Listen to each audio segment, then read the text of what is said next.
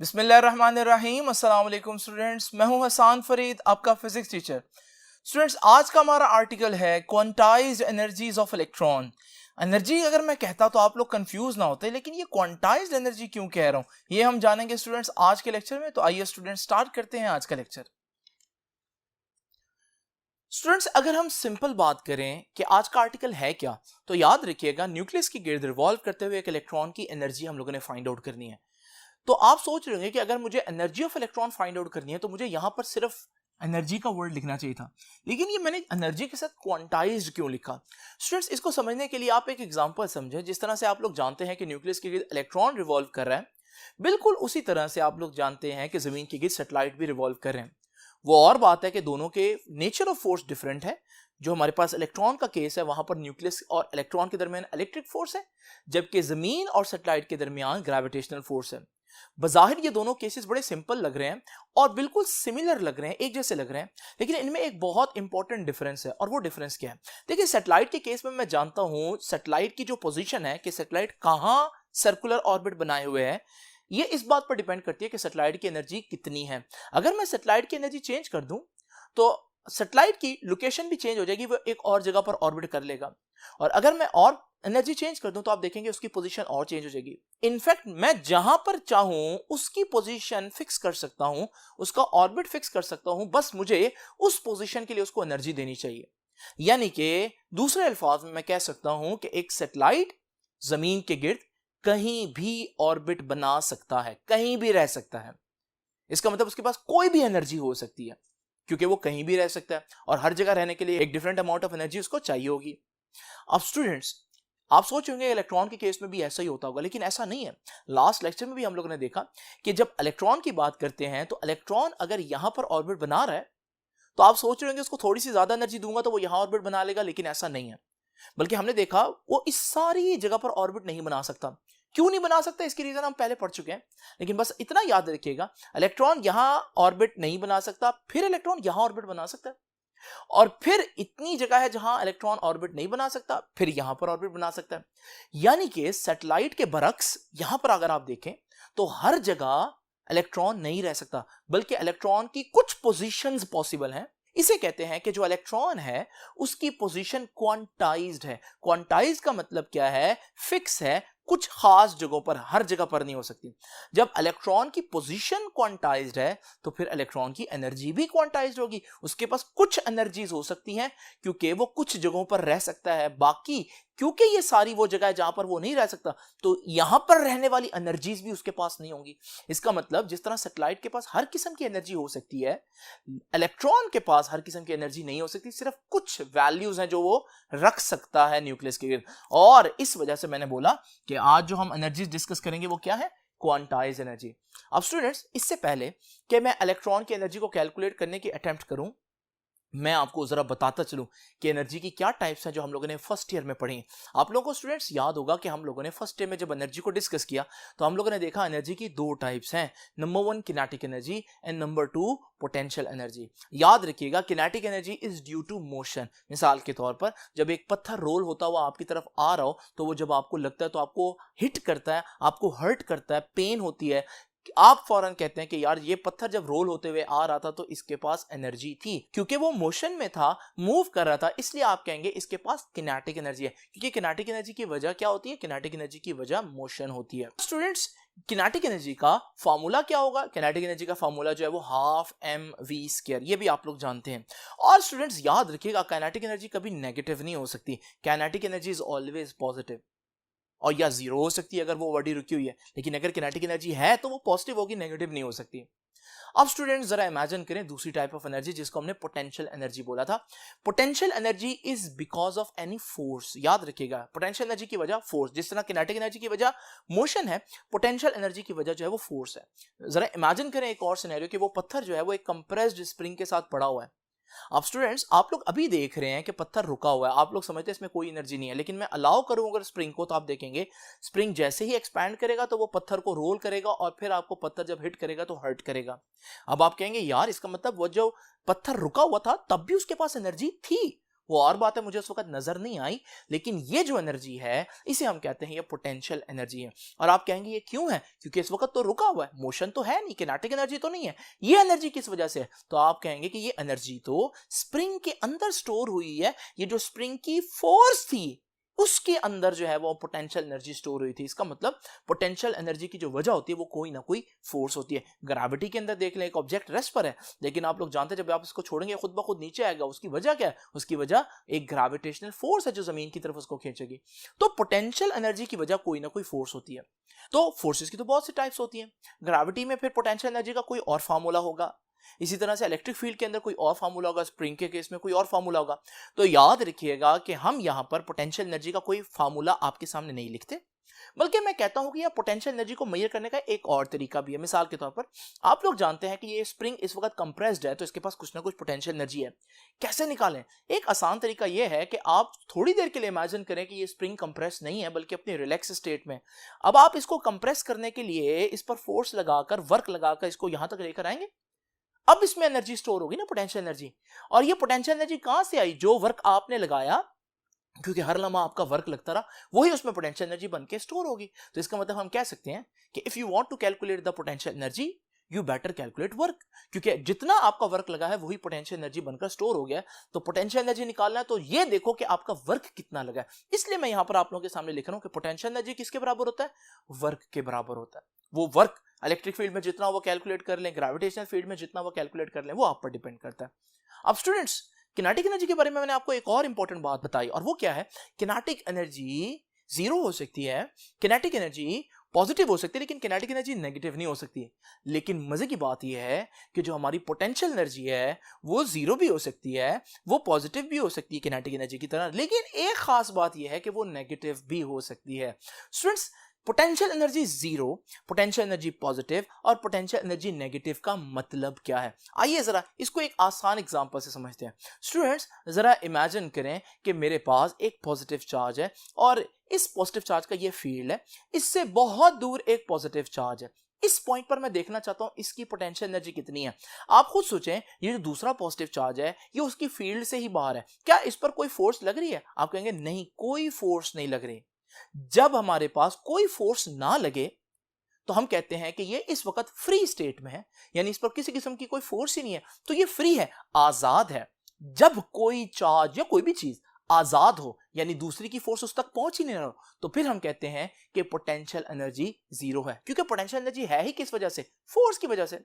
तो स्टूडेंट्स, पहली बात हम लोगों ने क्या सीखी कि अगर कोई ऑब्जेक्ट दूसरे ऑब्जेक्ट से इतना दूर हो कि वहां तक उसकी फोर्स ना पहुंचे तो फिर हम कहते हैं पोटेंशियल एनर्जी जीरो। या आसान अल्फाज में पोटेंशियल एनर्जी जीरो का मतलब आप क्या समझेंगे कि वो जो ऑब्जेक्ट जिसकी आप एनर्जी फाइंड आउट करना चाह रहे हैं वो आजाद है। नाउ स्टूडेंट्स, दूसरी बात अब क्या है? अगर मेरे पास पोटेंशियल एनर्जी पॉजिटिव है, इसका क्या मतलब है? अगर मेरे पास पोटेंशियल एनर्जी पॉजिटिव है तो इसका मतलब अब वो ऑब्जेक्ट आजाद तो नहीं है, इसका मतलब वो फोर्स फील कर रहा है। लेकिन जरा इमेजिन करें ये वाला केस, अब ये चार्ज जो पॉजिटिव चार्ज है ये इस जगह पर पड़ा है। अब आप लोग जानते हैं कि इस वक्त ये आजाद तो नहीं है, ये तो फोर्स फील कर रहा है। लेकिन स्टूडेंट्स, अगर मैं इसको छोड़ दूं तो ये खुद ब खुद मूव करते करते आजाद हो जाएगा ना। अगर कोई चीज ऐसी जगह पर मौजूद हो कि जब मैं उसको छोड़ूं तो वो खुद ब खुद आजाद हो जाए, तो फिर मैं कहूंगा उस पॉइंट पर उसकी पोटेंशियल एनर्जी पॉजिटिव है। ये बिल्कुल देसी लैंग्वेज में मैं आपसे बात कर रहा हूं, ये देसी निशानियां हैं पोटेंशियल एनर्जी पॉजिटिव नेगेटिव वगैरह देखने की। तो स्टूडेंट्स, हम लोगों ने क्या देखा कि इस पॉइंट के ऊपर अगर मैं देखना चाहता हूं पोटेंशियल एनर्जी कितनी है, तो मुझे पता है जीरो तो नहीं है, क्योंकि जीरो तो कहां होती है? जहां फोर्स फील नहीं करता। तो यहां पर कुछ ना कुछ एनर्जी तो होगी। अगर मैं इसको छोड़ दूं तो जब ये मूव करेगा तो ये खुद ब खुद अपने आप को आजाद करवा लेगा। जब अपने आप को आजाद करवा लेगा तो फिर मैं कहूंगा कि इसने खुद ब खुद आजाद करवाया, इसका मतलब इस पॉइंट के ऊपर इसकी पोटेंशियल एनर्जी पॉजिटिव थी। अच्छा स्टूडेंट, जरा इमेजिन करें कि मेरे पास इस पॉइंट पर एक नेगेटिव चार्ज हो। जब ये नेगेटिव चार्ज होगा तो आप लोग जानते हैं कि जब ये इस पॉइंट पर पड़ा होगा तो ये जो पॉजिटिव चार्ज है इसको अट्रैक्ट कर रहा होगा। अगर आप इसको छोड़ें, क्या ये खुद ब खुद आजादी की तरफ जाएगा? यानी क्या ये जीरो एनर्जी की तरफ जाएगा? नहीं, बल्कि ये तो ऑपोजिट डायरेक्शन में मूव कर रहा है। अगर ऐसा हो तो हम कहेंगे पोटेंशियल एनर्जी नेगेटिव है। और याद रखिएगा पोटेंशियल एनर्जी जब नेगेटिव होगी इस पॉइंट के ऊपर, इसका यह मतलब है कि वो फोर्स फील कर रहा है, और इसका यह मतलब है कि अगर मैं उसको छोड़ूं वो खुद ब खुद आजाद नहीं हो सकता, तो फिर उसकी आजादी की कीमत हमें अदा करनी पड़ेगी। यानी फिर जिस चीज की पोटेंशियल एनर्जी नेगेटिव हो उसको आजाद करने के लिए हमें एनर्जी देनी पड़ती है। तो एनर्जी देंगे तो हम इसको आजाद करवा पाएंगे। 3 केसेस डिस्कस किए, दोबारा से एक दफा क्विक रिव्यू देखें। अगर मेरे पास एक चार्ज दूसरे चार्ज से इस पॉइंट पर पड़ा हो तो फिर आप देखेंगे कि यहां पर उसकी फोर्स फील नहीं कर रहा, इसे हम कहेंगे पोटेंशियल एनर्जी जीरो है। इसका मतलब है कि वो आजाद ही है। अगर इस पॉइंट पर एक पॉजिटिव चार्ज पड़ा हो तो आप जानते हैं कि वो रिपल्शन की वजह से खुद ब खुद निकल सकता है, तो हम कहेंगे यहां पोटेंशियल एनर्जी पॉजिटिव है। इसका मतलब है अभी आजाद तो नहीं लेकिन खुद ब खुद आजाद हो सकता है। और अगर इस पॉइंट पर एक नेगेटिव चार्ज पड़ा हो तो आप लोग जानते हैं कि उसको छोड़ने पर भी वो आजादी की तरफ नहीं जाएगा, तो हम कहेंगे पोटेंशियल एनर्जी नेगेटिव है, जिसका मतलब खुद ब खुद आजाद नहीं हो सकता। तो ये अगर आप सिंपल बातें समझ ले तो आज का आर्टिकल कुछ भी नहीं है। तो स्टूडेंट्स हम लोगों ने क्या देखा कि हमारे पास एनर्जी की 2 टाइप्स हैं। एनर्जी की 2 टाइप्स हैं, तो अगर हमारे पास हमने आज जो कैलकुलेट करना है वो ये है कि एक इलेक्ट्रॉन जब न्यूक्लियस के गिर्द रिवॉल्व कर रहा हो तो उसकी एनर्जी कितनी होती है। तो अगर हम ये देखें कि इस इलेक्ट्रॉन के पास भी फिर 2 किस्म की एनर्जीज हैं। एक तो इलेक्ट्रॉन की मोशन है, और आप लोग जानते हैं मोशन की वजह से जो एनर्जी है वो किनेटिक एनर्जी होती है, और ये तो पॉजिटिव होगी, हमें पहले ही पता चल गया, क्योंकि ये जीरो हो सकती है लेकिन वो तो जब रुका होगा तब होगी ना, तो रुका तो है नहीं इलेक्ट्रॉन। तो इसका मतलब इलेक्ट्रॉन के पास जो किनेटिक एनर्जी होगी, जो मैं अभी कैलकुलेट करूंगा, एक बात कंफर्म है वो पॉजिटिव ही होगी। लेकिन अब हम देखते हैं यहां पर जो इलेक्ट्रॉन है उसके पास क्योंकि न्यूक्लियस की एक फोर्स भी लग रही है, और जहां फोर्स लगे वहां पोटेंशियल एनर्जी होती है, तो फिर मैं कहूंगा कि यहां पर पोटेंशियल एनर्जी भी है। लेकिन आप खुद सोचें, ये पोटेंशियल एनर्जी जीरो होगी, पॉजिटिव होगी या नेगेटिव होगी। अब आप लोग जानते हैं जीरो तो नहीं हो सकती क्योंकि फोर्स लग रही है। जीरो तो तब होती है जब वो इस पॉइंट पर हो और आजाद हो जाए। अब आप लोग जानते हैं ये नेगेटिव चार्ज है, जब ये नेगेटिव चार्ज होगा तो ये तो हर वक्त न्यूक्लियस के गिर्द अट्रैक्ट हो रहा है। अगर मैं थोड़ी देर के लिए इसको छोड़ दूं तो आप लोग जानते हैं ये आजादी की तरफ नहीं बल्कि अट्रैक्शन की वजह से न्यूक्लियस की तरफ भागेगा। इसका मतलब ये खुद ब खुद आजाद नहीं हो सकता, और जब कोई चीज खुद ब खुद आजाद ना हो सके तो फिर हम कहते हैं कि उसकी पोटेंशियल एनर्जी नेगेटिव है। तो ये बड़ी इंपॉर्टेंट 2 ऑब्जेक्टिव्स हैं कि जब एक न्यूक्लियस के गिर्द इलेक्ट्रॉन रिवॉल्व कर रहा हो तो उसके पास किनेटिक एनर्जी भी होती है, पोटेंशियल एनर्जी भी होती है, लेकिन वो किनेटिक एनर्जी पॉजिटिव होगी लेकिन पोटेंशियल एनर्जी नेगेटिव होगी। ये तो हो गया सिंपल सा कॉन्सेप्ट जो मैंने आपको थोड़ा सा आइडिया दे दिया कि आज हम करने क्या जा रहे हैं, इसको याद रखिएगा। और ये जो मैंने अभी आप लोगों के सामने सारी डिटेल लिखी है किनेटिक और पोटेंशियल की, ये भी याद रखिएगा। बिल्कुल इसी तरह से आप इसको ग्रेविटी में भी अप्लाई कर सकते हैं और किसी और फील्ड में भी अप्लाई कर सकते हैं। स्टूडेंट्स आइए अब हम कैलकुलेट करते हैं इलेक्ट्रॉन की एनर्जी। तो हमारे पास सबसे पहले मैं हेडिंग डाल देता हूं, एनर्जी ऑफ एन इलेक्ट्रॉन। अब आप लोग जानते हैं इलेक्ट्रॉन तो किसी भी ऑर्बिट में हो सकता है। जब वो किसी भी ऑर्बिट में होगा तो एनर्जी कुछ भी हो सकती है। इसलिए मैं पहले कह देता हूं भाई मैं जो अभी कैलकुलेशन करने लगा हूं वो जनरल कैलकुलेशन है, किसी भी ऑर्बिट पर अप्लाई की जा सकती है। तो इसलिए मैं कह रहा हूं मैं क्या कैलकुलेट करने जा रहा हूं, एनर्जी ऑफ एन इलेक्ट्रॉन किस ऑर्बिट में, पहले में, दूसरे में, तीसरे में, नहीं, किसी भी ऑर्बिट में। तो इसे मैं कहूंगा energy of electron in nth orbit. nth orbit का मतलब है किसी भी ऑर्बिट में। n की वैल्यू 1 पुट करूंगा तो फर्स्ट ऑर्बिट के लिए आ जाएगा, n की वैल्यू 5 पुट करूंगा तो फिफ्थ ऑर्बिट के लिए आ जाएगा। तो स्टूडेंट्स अब मैं ये जान चुका हूं, पहले ही मैंने आपको बताया कि इलेक्ट्रॉन की जो टोटल एनर्जी है nth ऑर्बिट में, सपोज करें मैं उसे En कह देता हूं, तो वो टोटल एनर्जी में से कुछ हिस्सा किनेटिक एनर्जी का होगा और कुछ हिस्सा पोटेंशियल एनर्जी का होगा। तो उसको मैं EP कह देता हूं, ठीक है जी। और मैं इसे कह देता हूं इक्वेशन नंबर 1। आप लोगों को मैं पहले ही बता चुका हूं कि ये जो किनेटिक एनर्जी है, ये जो भी आंसर आएगा, जो भी आएगा होगी पॉजिटिव। ये जो पोटेंशियल एनर्जी है, जो भी आंसर आएगा होगी नेगेटिव। वजह मैं आपको बता चुका हूं। अब हमने इन दोनों को कैलकुलेट करने के बाद इसी फॉर्मूला में पुट कर देना तो हमारा आंसर आ जाएगा। लेकिन ये कैलकुलेट कैसे करनी है स्टूडेंट्स, आइए सबसे पहले पोटेंशियल एनर्जी को कैलकुलेट करते हैं। तो पोटेंशियल एनर्जी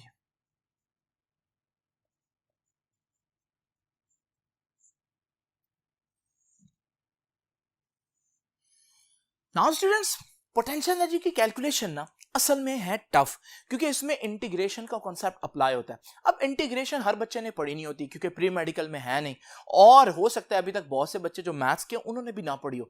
इसलिए मैं इसको जरा सिंपल तरीके से करवाता हूं, जिससे आप लोगों को करना चाहिए। मैंने आप लोगों को क्या बताया अभी कि हमारे पास एक कंप्रेस्ड स्प्रिंग के पास आप लोग जानते हैं कि पोटेंशियल एनर्जी है, लेकिन कितनी है उसका आसान तरीका यह है कि जब ये स्प्रिंग कंप्रेस नहीं होगा तो आप इसको कंप्रेस करें, इस दौरान आपका वर्क लगेगा। आप अपना वर्क तो कैलकुलेट कर सकते हैं ना। जब आप अपना वर्क कैलकुलेट कर लें तो आप कह दें एंड पर कि यही पोटेंशियल एनर्जी है, क्योंकि आपका वर्क ही पोटेंशियल एनर्जी बनकर स्टोर हो रहा है। तो अगर आप पोटेंशियल एनर्जी कैलकुलेट नहीं कर सकते तो एक काम तो कर सकते हैं, और वो क्या है कि आप अपना वर्क जो लग रहा है उसको कैलकुलेट कर लें, वो ही पोटेंशियल एनर्जी आ जाएगी। तो अगर मैं यहां पर इलेक्ट्रॉन की पोटेंशियल एनर्जी फाइंड आउट करना चाहता हूं तो फिर मैं इलेक्ट्रॉन पर किया गया वर्क फाइंड आउट कर लेता हूं। अब मैं यहां बातों को सिंपल रखता हूं। असल में ये कॉन्सेप्ट है इंटीग्रेशन का, लेकिन सिर्फ हम यहां पर कोशिश करते हैं अपना आंसर लाने की। स्टूडेंट्स, जैसे कि मैं पहले बता चुका हूं, पोटेंशियल एनर्जी का आंसर नेगेटिव आना है, ये बात याद रखिएगा, ठीक है। कैसे नेगेटिव आना है दोबारा से सुन लीजिए। याद रखिएगा, हमारे पास ये पॉजिटिव चार्ज है, ये इलेक्ट्रॉन है, और ये हमारे पास वो फील्ड है जहां तक न्यूक्लियस की फोर्स एग्जिस्ट करती है। अगर हमारे पास इलेक्ट्रॉन जो है वो इस पॉइंट पर हो, इंफिनिटी से पर हो, तो फिर हम कहेंगे कि यहां पर तो उसकी फोर्स नहीं फील हो रही, तो हम कहेंगे पोटेंशियल एनर्जी जीरो है, क्योंकि फोर्स ही नहीं फील हो रही। दूसरे अल्फाज में इलेक्ट्रॉन आजाद है, इसलिए कोई पोटेंशियल एनर्जी नहीं। लेकिन अगर इस पॉइंट पर हम देखें तो हमारे पास, हम लोग जानते हैं कि इलेक्ट्रॉन को अगर मैं छोड़ भी दूं तो वो न्यूक्लियस की तरफ भागेगा। इसका मतलब वो खुद ब खुद आजाद नहीं हो सकता। जब कोई चीज खुद ब खुद आजाद ना हो सके तो फिर हम कहते हैं कि पोटेंशियल एनर्जी नेगेटिव है। और अगर सपोज कर ले इस जगह पर पॉजिटिव चार्ज होता, तो फिर आप लोग जानते हैं जब मैं इसको छोड़ूंगा तो रिपल्शन की वजह से ये तो खुद ब खुद आजाद हो सकता है। फिर मैं कहूंगा कि इस पॉइंट पर इस चार्ज की एनर्जी पॉजिटिव थी। तो हमारा जो केस बन रहा है वो इलेक्ट्रॉन वाला, उसमें हम जानते हैं कि इस पॉइंट पर जो भी पोटेंशियल एनर्जी आएगी वो नेगेटिव आएगी, इसलिए मैंने नेगेटिव का साइन डाल दिया। कैलकुलेशन के जरिए भी मैं लेकर आ सकता हूं, लेकिन सिंपल रखता हूं चीजों को ताकि आपके जहन में बैठ जाए। अब बाकी रह गया वर्क फाइंड आउट करना है। वर्क का फॉर्मूला क्या है? वर्क का फॉर्मूला होता है एफ डी, ये तो आप लोग जानते हैं। अब एफ क्या है आप लोग जानते हैं स्टूडेंट्स। इस वक्त इलेक्ट्रॉन जब यहां पर मौजूद है तो इलेक्ट्रॉन को न्यूक्लियस की तरफ एक फोर्स लग रही है, और वो फोर्स इलेक्ट्रिक फोर्स है। उस फोर्स का फॉर्मूला आप लोग जानते हैं स्टूडेंट्स, वो क्या है? मैं यहां पर थोड़ी सी कैलकुलेशन कर देता हूं। वो कूलम फोर्स थी, के Q1 Q2 over are square. Q1 और Q2 क्या है जरा देखिए। Q1 हमारे पास एक चार्ज है, फॉर एग्जांपल न्यूक्लियस, और Q2 हमारे पास दूसरा चार्ज है, फॉर एग्जांपल इलेक्ट्रॉन। आप लोग जानते हैं स्टूडेंट्स के बोहर के मॉडल में हम हाइड्रोजन की बात करते हैं। जब हम हाइड्रोजन की बात करेंगे तो हमारा जो न्यूक्लियस है उसके अंदर भी एक ही प्रोटॉन होगा, यानी न्यूक्लियस पर भी +1 चार्ज होगा, और हमारे पास जो इलेक्ट्रॉन है उस पर -1, यानी दोनों पर एक जैसा चार्ज होगा। तो फिर मैं कह सकता हूं कि अगर हमारे पास इस पर +E चार्ज है तो उस पर -E चार्ज होगा। तो यहां से Q1 और Q2 की जगह मैं E और E कह देता हूं, ठीक है जी। और ये क्या है? ये हमारे पास किसी भी ऑर्बिट का रेडियस है, किसी भी ऑर्बिट का तो Rn कह दूंगा। यहां से हमारे पास फोर्स का जो फॉर्मूला आएगा स्टूडेंट्स वो आ जाएगा K E square over R N square. ये फोर्स का फॉर्मूला मैं यहां पर आपके सामने पुट कर रहा हूं। तो पोटेंशियल एनर्जी बराबर आ जाएगी माइनस एफ की जगह क्या आ जाएगा? K E square over R N square multiply by ये डिस्टेंस है। स्टूडेंट्स, आसान अल्फाज में बात करते हैं कि ये इलेक्ट्रॉन जो है जब किसी भी ऑर्बिट में मौजूद होगा तो उस ऑर्बिट का न्यूक्लियस के सेंटर से जो डिस्टेंस बनेगा वो तो इस पूरे ऑर्बिट का रेडियस नहीं बन जाएगा। तो मैं कहता हूं क्योंकि ये nth ऑर्बिट है, किसी भी ऑर्बिट की बात करें तो फिर हमारे पास ये आर एन कहलाएगा, radius of the nth orbit. तो ये जो डिस्टेंस है ये हमारे पास आर एन कहलाएगा। नाउ स्टूडेंट्स, एफ भी आ गया, डी भी आ गया, नेगेटिव साइन भी आ गया, तो ये हमारे पास कैंसिल हो जाएगा एक आर एन। तो हमारे पास पोटेंशियल एनर्जी का जो फॉर्मूला आएगा वो आएगा minus K E square over R N. ये है स्टूडेंट्स पोटेंशियल एनर्जी का फॉर्मूला। तो पहली चीज जो हम लोगों ने यहां पुट करनी है वो आ गई हमारे पास। अब दूसरी चीज क्या है? दूसरी चीज हमारे पास किनेटिक एनर्जी है। बात करते हैं किनेटिक एनर्जी की।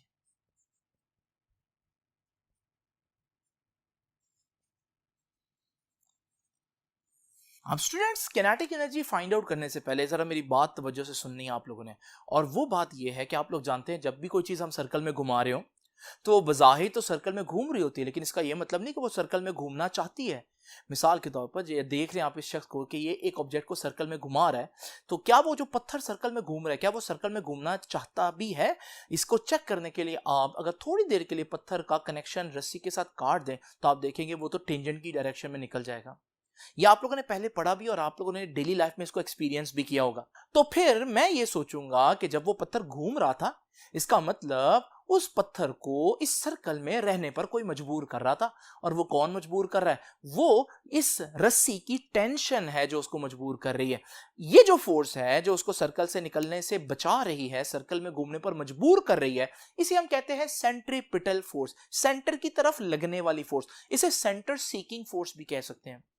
नाउ स्टूडेंट्स, यहां सेंट्रीपिटल फोर्स कौन है? आप कहेंगे tension is acting like a centripetal force. यानी सेंट्रीपिटल फोर्स खुद कोई नहीं होती, बल्कि वो जो हमारी फंडामेंटल फोर्सेस हैं उनमें से ही कोई सेंट्रीपिटल फोर्स बन जाती है। जैसे यहां टेंशन सेंट्रीपिटल फोर्स बन गई है। अगर हमारे पास हम देखें कि एक सैटेलाइट जमीन के गिर्द रिवॉल्व कर रहा है, तो हम लोग यहां पर भी जानेंगे कि अगर यह सैटेलाइट जमीन के गिर्द रिवॉल्व कर रहा है, तो इसका यह मतलब नहीं कि वो जमीन के गिर्द रिवॉल्व करते रहना चाहता है, बल्कि अगर हम उसको छोड़ें तो वो भी टेंजेंट में निकल जाएगा।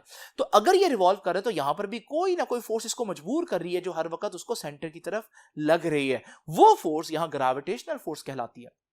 इसी तरह से स्टूडेंट, जब आप देखते हैं कोई गाड़ी एक राउंड अबाउट पर गोल गोल घूम रही हो, तो भी आप जानेंगे कि यहां पर भी कोई फोर्स है जो उसको सर्कल में घूमने पर मजबूर कर रही है। वो इसकी टायरों की फ्रिक्शन होती है। बिल्कुल इसी तरह से स्टूडेंट्स याद रखिएगा, जो आज हमारा केस है जिसमें एक इलेक्ट्रॉन न्यूक्लियस के गिर्द घूम रहा है, तो यहां पर भी तो हम यही सोचेंगे कि इलेक्ट्रॉन अगर न्यूक्लियस के गिर्द घूम रहा है, तो कोई तो फोर्स है जो इलेक्ट्रॉन को हर वक्त न्यूक्लियस की तरफ घूमने पर मजबूर कर रही है, and we will call that force as centripetal force. तो याद रखिएगा, यहां एक फोर्स है जो सेंटर की तरफ लग रही है, और वो फोर्स क्या है? वो सेंट्रीपिटल फोर्स है। मैं उसे एफ सी कह देता हूं। आप लोग जानते हैं इसका फॉर्मूला क्या होता है?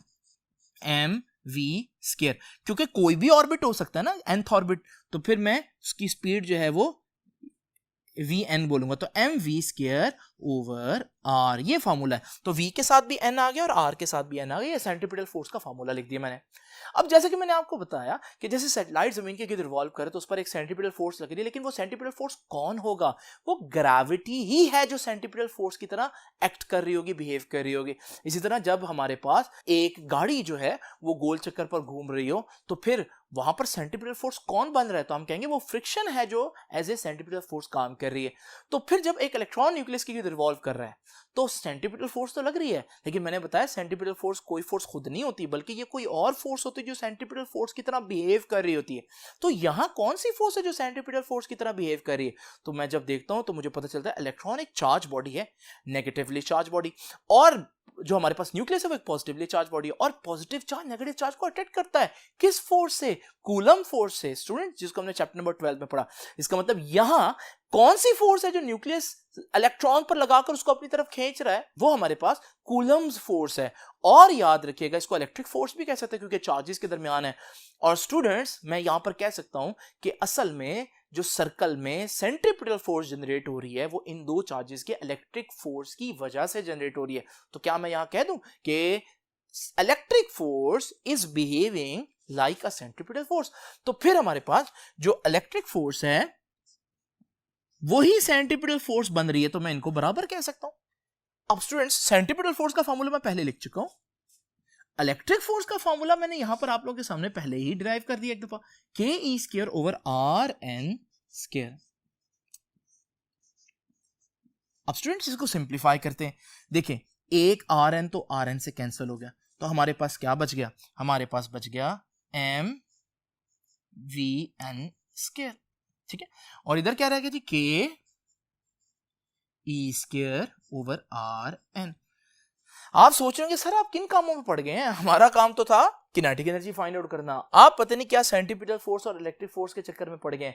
स्टूडेंट्स, मुझे अभी तक याद है कि हम लोगों ने किनेटिक एनर्जी ही फाइंड आउट करनी है, क्योंकि अगर आप गौर से देखें अभी तो आपको किनेटिक एनर्जी नहीं नजर आ रही, लेकिन ये जो मेरे पास इक्वेशन है, ये अगर मैं इसके लेफ्ट साइड पर भी 1/2 से मल्टीप्लाई कर दूं और राइट साइड पर भी 1/2 से मल्टीप्लाई कर दूं, आपको मालूम है ऐसा करने पर कोई फर्क तो पड़ता नहीं है, क्योंकि जब एक ही चीज से आप लेफ्ट पर भी और राइट पर भी मल्टीप्लाई करें तो इससे कोई फर्क नहीं पड़ता। लेकिन एक अच्छी बात ये हो गई कि हमारे पास लेफ्ट साइड पर बन गया half M V square. And what is half M V square? Do you remember kinetic energy का फॉर्मूला क्या होता है?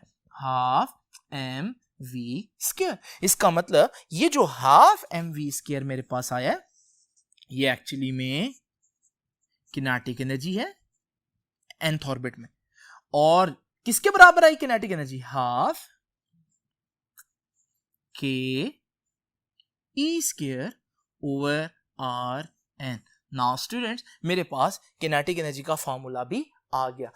पोटेंशियल एनर्जी के फॉर्मूला के साथ भी मैं nth लगा देता हूं, क्योंकि किसी भी ऑर्बिट के लिए कैलकुलेशन की है मैंने। देखे ना, r की जगह n लगा हुआ है, कोई भी ऑर्बिट हो सकता है। तो यहां पर nth ऑर्बिट की पोटेंशियल एनर्जी और nth ऑर्बिट की किनेटिक एनर्जी मैंने फाइंड आउट कर ली। अब स्टूडेंट्स, कैलकुलेट क्या करना था, याद रखें, एनर्जी ऑफ इलेक्ट्रॉन। ये एनर्जी लिखा खाली, ना किनेटिक ना पोटेंशियल, तो फिर ये कौन सी एनर्जी है? ये टोटल एनर्जी जितनी है इलेक्ट्रॉन के पास, यानी ई एन। और वो किसका सम होती है? किनेटिक और पोटेंशियल। और किनेटिक भी आ गई और पोटेंशियल भी आ गई। Let's put these values in equation number 1। इसको इक्वेशन नंबर 1 में पुट करके आंसर निकाल लेते हैं स्टूडेंट्स। तो जरा देखिए,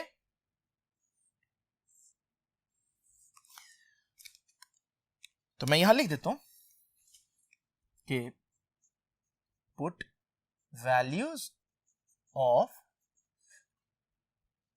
kinetic energy and potential energy in equation number 1। तो स्टूडेंट्स, इक्वेशन नंबर 1 क्या है? इक्वेशन नंबर 1 ये है, दोबारा लिख देता हूं एक दफा इधर। E n total energy of electron in nth orbit is equals to kinetic energy of electron in nth orbit, वो जो भी ऑर्बिट है, और potential energy of electron in that orbit। और हम लोग जान चुके हैं कि हमारे पास किनेटिक एनर्जी का आंसर पॉजिटिव आएगा, पोटेंशियल का नेगेटिव आएगा। बड़ी दफा बता चुका हूं क्यों। तो किनेटिक एनर्जी का फॉर्मूला देखें, पॉजिटिव ही आया। कितना है? Half K E square over R N.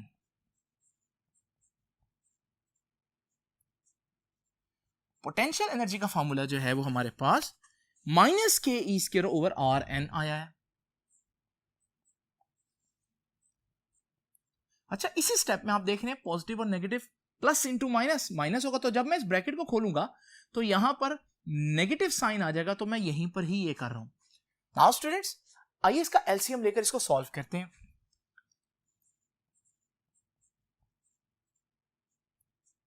नीचे देखेंगे 2 है, 2rn और इधर rn, तो हमारा एलसीएम आया 2rn। अब 2rn को किससे मल्टीप्लाई करेंगे? 2rn आ जाए 1 से, तो उस 1 को जब हम ऊपर मल्टीप्लाई करेंगे तो के ई स्क्वायर आ जाएगा। अभी देखें, एलसीएम पे मैं टाइम नहीं लगाऊंगा, आई होप कि एलसीएम तो आपको आता ही होगा। इसी तरह से स्टूडेंट्स, यहां rn को किससे मल्टीप्लाई करें कि डिनोमिनेटर वाली चीज बन जाए? तो ये rn है, ये 2rn है, तो 2 से मल्टीप्लाई करेंगे इसको तो ये बन जाएगा। उस 2 को हम ऊपर मल्टीप्लाई कर देंगे, माइनस 2 के ई स्क्वायर हो जाएगा। ठीक है जी। अब जब मैं इससे मल्टीप्लाई माइनस करूंगा तो ये बड़ी वैल्यू है, क्योंकि इसके साथ 2 आ रहा है, तो हमारे पास नेगेटिव साइन आ जाएगा। जो बड़ी वैल्यू का साइन हो वही आता है, और साथ क्या आ जाएगा? के ई स्क्वायर, ठीक है जी, ओवर 2rn। तो ये है students total energy of electron in nth orbit. किसी भी ऑर्बिट में इलेक्ट्रॉन के पास जो टोटल एनर्जी होगी कितनी होगी? इतनी होगी। इसमें पोटेंशियल और किनेटिक दोनों का सम आ रहा है, लेकिन पोटेंशियल आपको मालूम है ना नेगेटिव थी। याद रखिएगा, इलेक्ट्रॉन की टोटल एनर्जी भी नेगेटिव ही आई है। इसका मतलब इलेक्ट्रॉन खुद ब खुद आजाद नहीं हो सकता। याद है ना नेगेटिव एनर्जी का क्या मतलब बताया था? कि नेगेटिव एनर्जी का मतलब था कि इलेक्ट्रॉन खुद ब खुद आजाद नहीं हो सकता। पॉजिटिव एनर्जी का मतलब है इलेक्ट्रॉन खुद ब खुद आजाद हो सकता है अगर होती तो। और इसी तरह से जीरो एनर्जी का मतलब है कि वो चीज ऑलरेडी ही आजाद है। नाउ स्टूडेंट्स, इसकी तरफ मैं मजीद डिटेल पर आऊंगा, लेकिन अब हम लोग ये जानते हैं कि किसी भी ऑर्बिट का रेडियस कितना होता है, क्योंकि लास्ट आर्टिकल ही क्या था? Quantized radii. तो किसी भी ऑर्बिट का रेडियस क्या होगा ये हम लोग जानते हैं, और ये कितना होगा? n square h square divided by 4 pi square k m e square. Students, ये हम लोगों ने ऑलरेडी लास्ट आर्टिकल में डिराइव किया हुआ है। अब याद रखिएगा, मैं ये वैल्यू इधर पुट कर दूंगा ताकि मेरे पास एक और इक्वेशन आ जाए। तो हमारे पास जब मैं ये वैल्यू इधर पुट करूंगा तो E N is equal to minus as it is K E square as it is. चले मैं इसको यूं कर देता हूं आसानी के लिए कि मैं इसको थोड़ी देर के लिए लिख देता हूं नेगेटिव के ई स्क्वायर ओवर 2, और ये आर एन इधर लिखने की बजाय ये अलहदा करके लिख देता हूं 1 ओवर आर एन। बात तो एक ही है, उससे फर्क नहीं पड़ता, आर एन फिर मल्टीप्लाई होकर नीचे ही आ जाएगा, लेकिन जरा कैलकुलेशन लिखने में आसान हो जाएंगी। तो minus K E square over 2, ठीक है, ये वाली चीज, और मल्टीप्लाई किससे करना है 1 ओवर आर एन। अब जरा देखें आर एन कितना है, आर एन तो है हमारे पास 4, एन तो है हमारे पास एन स्क्वायर एच स्क्वायर, ये वाली चीज डिवाइडेड बाय 4 पाई स्क्वायर के एम ई स्क्वायर। आप जानते हैं स्टूडेंट्स कि हमारे पास जब कोई डिनोमिनेटर के नीचे डिनोमिनेटर में आए तो वो न्यूमिनेटर में चला जाता है। तो स्टूडेंट्स हमारे पास ये बन जाएगा minus K E square over 2 multiply by नीचे एन स्क्वायर एच स्क्वायर तो एज इट इज रहेगा, लेकिन ये जो 4 पाई स्क्वायर के एम ई स्क्वायर है ये ऊपर चला जाएगा, तो 4 पाई स्क्वायर के एम ई स्क्वायर। अब स्टूडेंट्स अगर आप देखें तो सिर्फ हमारे पास ये 2 2 4 ये सिर्फ चीज कैंसिल हुई, उसके अलावा कोई चीज कैंसिल नहीं होगी। इनफैक्ट ये के से मल्टीप्लाई होकर के स्क्वायर, और ये ई का स्क्वायर ई के स्क्वायर से मल्टीप्लाई होकर ई की पावर 4 बन जाएगा। तो हमारे पास फाइनल जो आंसर आएगा वो आएगा E N is equal to minus, इसमें से ये जो एन स्क्वायर है ना इसको मैं अलग लिख लेता हूं। अब बाकी देखिए अंदर क्या रह गया, माइनस मैंने बाहर निकाल लिया, एन स्क्वायर बाहर लिख दिया, बाकी रह गया के और के स्क्वायर, बल्कि पहले मैं ये 2 लिख देता हूं 2, फिर के इंटू के स्क्वायर, फिर 4 पाई स्क्वायर और E square into E square ई की पावर 4 और साथ एम आ जाएगा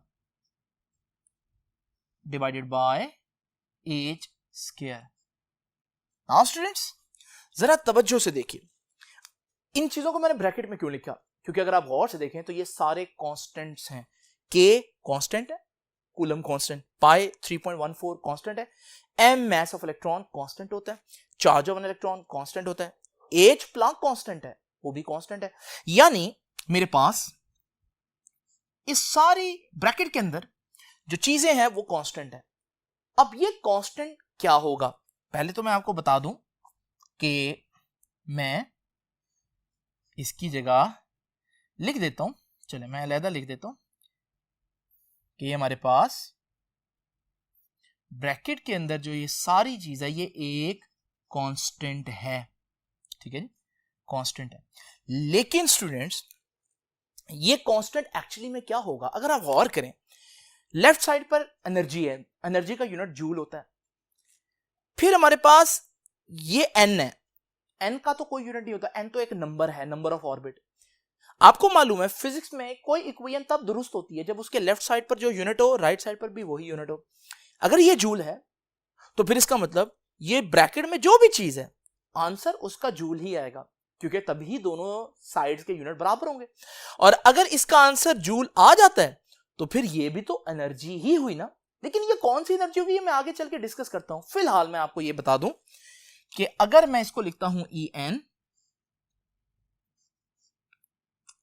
साथ में लिखूंगा माइनस नीचे एन स्क्वायर, और इस सारी चीज को मैं कोई एनर्जी ही कह रहा हूं क्योंकि यूनिट सेम आ रहा है तो ई नॉट कह देता हूं।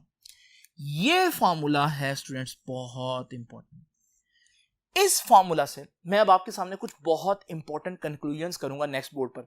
तो याद रखिएगा कि ये जो फॉर्मूला है इसमें ये जो पैरेंथेसिस जो ब्रैकेट के अंदर सारी चीज है कांस्टेंट है, उसका यूनिट क्योंकि एनर्जी वाला बनता है तो फिर मैंने उसको सिंबल भी एनर्जी वाला ही दे दिया, लेकिन उसको ई नॉट कह दिया। थोड़ी देर बाद हम ये डिस्कस करेंगे कि ई नॉट क्या है, लेकिन फिलहाल आप लोग इस फॉर्मूला को जरा ध्यान से देख लें। मैं इसको नेक्स्ट बोर्ड पर लिखता हूं और फिर हम कुछ इंपॉर्टेंट कंक्लूजन्स देखते हैं जो यहां से हम ड्रॉ कर सकते हैं, और वो बहुत इंपॉर्टेंट है स्टूडेंट्स। आइए चलते हैं नेक्स्ट बोर्ड पर और देखते हैं कि वो क्या कंक्लूजन्स हैं। स्टूडेंट्स ये वो फॉर्मूला जो अभी हम लोगों ने डिराइव किया, इस फॉर्मूला के अंदर दो चीजें आपको नजर आ रही हैं। एक तो है एन, एन का मतलब है नंबर ऑफ ऑर्बिट, जिस ऑर्बिट के लिए आप कैलकुलेशन कर रहे हैं एन की वैल्यू फर्स्ट ऑर्बिट के लिए 1 होगी, सेकंड ऑर्बिट के लिए 2 पुट करेंगे, थर्ड ऑर्बिट के लिए 3 पुट करेंगे एंड सो ऑन। इसी तरह से स्टूडेंट्स जो आप देख रहे हैं ई नॉट वो सारे कांस्टेंट की वैल्यूज थी कुल मिलाकर, और याद रखिएगा ई नॉट की वैल्यू जब हमने पुट की तो ये आए 13.6 इलेक्ट्रॉन वोल्ट्स। देखिए यूनिट जूल में नहीं बल्कि इलेक्ट्रॉन वोल्ट यूज कर रहे हैं, वो भी एनर्जी का ही यूनिट है। अब स्टूडेंट्स ये वैल्यूज याद रख के मैंने अब करना क्या है, मैंने किसी भी ऑर्बिट पर एनर्जी कैलकुलेट करनी है। स्टूडेंट्स आप लोग जानते हैं कि हम लोगों ने जब लास्ट लेक्चर लिया तो लास्ट लेक्चर में हम लोगों ने डिस्कस किया कि हमारे पास जो ऑर्बिट्स हैं वो न्यूक्लियस के गिर्द इक्वली स्पेस्ड नहीं होते इस तरह से जैसे मैं आप लोगों को दिखा रहा हूं। ऐसा नहीं होता कि फर्स्ट ऑर्बिट और सेकंड के दरमियान जितना फासला है सेकंड और थर्ड के दरमियान भी उतना ही हो, थर्ड और फोर्थ के दरमियान भी उतना ही हो, इक्वली स्पेस नहीं होते। बल्कि हम लोगों ने देखा कि एक्चुअली में जो हमारे पास फर्स्ट 2 ऑर्बिट्स हैं वो बहुत करीब होते हैं, फिर सेकंड और थर्ड ज्यादा दूर होते हैं, थर्ड और फोर्थ ज्यादा दूर होते हैं। तो असल पिक्चर आपके पास ये बनती है, यानी कि जो स्टार्ट के ऑर्बिट्स हैं वो बहुत करीब और जो दूर के ऑर्बिट्स हैं जैसे जैसे न्यूक्लियस से दूर जाते हैं उनके दरमियान गैप जो है, फिजिकल गैप जो है, उनके दरमियान जो डिस्टेंस है वो बढ़ता रहता है। ये पिक्चर आप लोगों के दोबारा मैंने रिकॉल करवा दी एक दफा, फिर से इसको याद रखिएगा। तो अब मैं क्या करना चाहता हूं, अगर इलेक्ट्रॉन फर्स्ट ऑर्बिट में है तो उसकी एनर्जी क्या होगी ये कैलकुलेट करना चाहता हूं, या सेकंड में है तो उसकी एनर्जी क्या होगी, या थर्ड में है तो उसकी एनर्जी क्या होगी। अब फार्मूला तो मेरे पास आ चुका है। ये फार्मूला किस ऑर्बिट के लिए, तो एन बता रहा है कि ये किसी भी ऑर्बिट पर अप्लाई हो सकता है, क्योंकि nth ऑर्बिट का मतलब है कोई भी ऑर्बिट। तो अगर मैंने फर्स्ट के लिए इस फार्मूला को अप्लाई करना है तो एन की वैल्यू 1 पुट करूं, सेकंड के लिए करना है तो सेकंड की एनर्जी में हम एन की वैल्यू 2 पुट करेंगे, थर्ड ऑर्बिट की एनर्जी कैलकुलेट करनी तो एन की वैल्यू 3 पुट करेंगे। तो आइए स्टूडेंट्स ये करके देखते हैं। अब फर्स्ट ऑर्बिट के लिए एन की वैल्यू 1 पुट करनी है, तो फर्स्ट ऑर्बिट की जो एनर्जी है जब एन की वैल्यू 1 पुट करूंगा इधर E1 आ जाएगा, is equal to minus E not divided by N का स्क्वायर, एन तो 1 है। अच्छा अब मैं यहीं पर ही कैलकुलेशन कर देता हूं। 1 का स्क्वायर तो स्टूडेंट्स 1 ही नहीं होता, और किसी भी चीज को 1 से डिवाइड करें तो आंसर तो वही आता है, तो आंसर तो वही माइनस ई नॉट ही आएगा। इसका मतलब फर्स्ट ऑर्बिट की एनर्जी कितनी हुई, माइनस ई नॉट। आप वैल्यू में भी इसको निकाल सकते हैं क्योंकि आपको मालूम है ई नॉट कितना है 13.6, तो फिर फर्स्ट ऑर्बिट की एनर्जी कितनी हुई माइनस ई नॉट यानी माइनस 13.6 इलेक्ट्रॉन वोल्ट। ये है फर्स्ट ऑर्बिट की एनर्जी। अब स्टूडेंट्स सेकंड ऑर्बिट की एनर्जी कितनी होगी, तो सेकंड ऑर्बिट के लिए मैं एन की जगह 2 पुट करूंगा, यहां राइट साइड पर माइनस ई नॉट आ जाएगा, डिवाइडेड बाय नीचे क्या आ जाएगा 2 एन की जगह और फिर उसका स्क्वायर। अब हम लोग ये भी जानते हैं कि 2 का स्क्वायर कितना होता है, 2 का स्क्वायर 4 होता है, तो हम इसकी जगह 4 लिख देते हैं। तो ये है सेकेंड ऑर्बिट की एनर्जी, और हम इसको वैल्यू में भी लिख सकते हैं। अगर मैं ई नॉट की वैल्यू 13.6 पुट कर दूं तो फिर आप 13.6 को 4 से डिवाइड करेंगे तो ये आपका आंसर आ जाएगा माइनस 3.4 इलेक्ट्रॉन वोल्ट। ये सेकेंड ऑर्बिट की एनर्जी है, ये फार्मूला की शेप में और ये वैल्यू की। अब इसी तरह थर्ड ऑर्बिट की एनर्जी आप लोगों ने कैलकुलेट करनी है, तो फिर minus E not over third orbit में एन की वैल्यू 3 पुट करेंगे तो 3 का स्क्वायर आ जाएगा। 3 का स्क्वायर कितना होता है स्टूडेंट्स, यही लिख देता हूं 9 होता है।